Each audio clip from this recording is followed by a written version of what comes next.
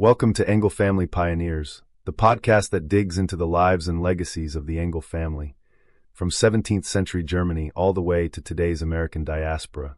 This video is based on years of research by my late father Kenneth Engle. I'm your host, James Engle, the seventh great, grandson of our hero, Caspar Engle I, our earliest documented Engle ancestor, who was from Solingen in the Wupper River Valley in the northeast of present-day Germany. This episode, we journey back to war-torn Solingen, the city of blades, to meet Caspar, the blade blacksmith artisan who started it all. Blacksmith smelters dating back over 2,000 years have been discovered around Solingen, indicating the early settlement prominence as a blacksmithing hub on the edge of the Roman frontier.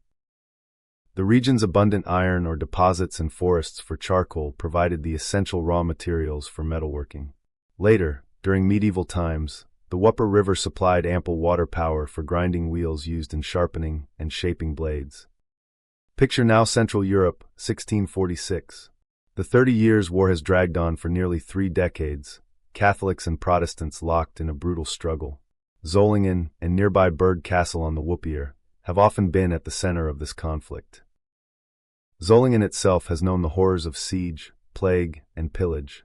Yet here, in the rugged valley of the Wupper River, a tradition of steelmaking perseveres. Forged by necessity, Solingen's guilds have turned every crisis into opportunity. Swords, bayonets, scissors, even razors, all crafted to perfection. In these workshops, sparks fly and reputations are made.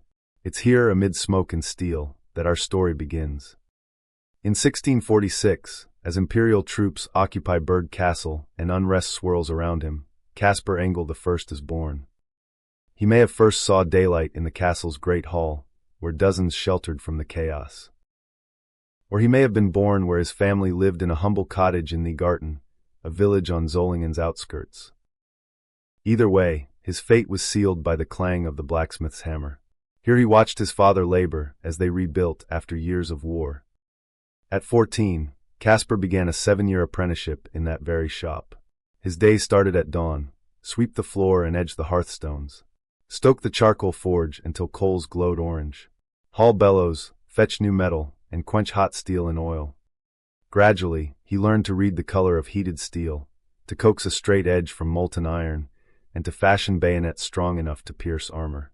At 21, he emerged a journeyman, wages in hand, free to roam workshops across the Rhine, and importantly to start a family of his own. Circa 1669, Caspar marries Margarethe von Breckerfeld, perhaps in the Church of St. Mary's Assumption, still standing in Solingen today. Together they build a home in the Garten and welcome 4 recorded children: Johannes, 1670, Gertrude, 1677, Sibylla, 1680, Caspar II, 1684. Margarethe runs the household, cooking over the hearth, teaching the little ones their letters, bargaining at the market stall. In these quiet moments, the Engle legacy grows not with hammer and steel, but with laughter and lessons. To rise to master, Caspar must present a masterpiece, a blade so flawless it tells of years spent perfecting every curve, every edge. The guild examines his work, nods in approval, and at last he claims his place among Solingen's elite artisans. He opens his own workshop, takes on apprentices of his own, regulates guild standards to uplift every craftsman. By the time of his passing in 1726, Caspar Engle I has trained multiple apprentices, inspiring grandchildren and great-grandchildren, and cemented a tradition of technical excellence, what we'd call STEM today. From the ashes of war, a family of artisans, tradesmen, and engineers emerges, rooted in Solingen's steel, branching across oceans, shaping tools and destinies. That spirit lives on in each Engle descendant who pursues precision in science, art, or craft. Thank you for joining me on this first chapter of Engle Family Pioneers. Next time, we follow in the footsteps of Caspar II and his desperate immigration to France.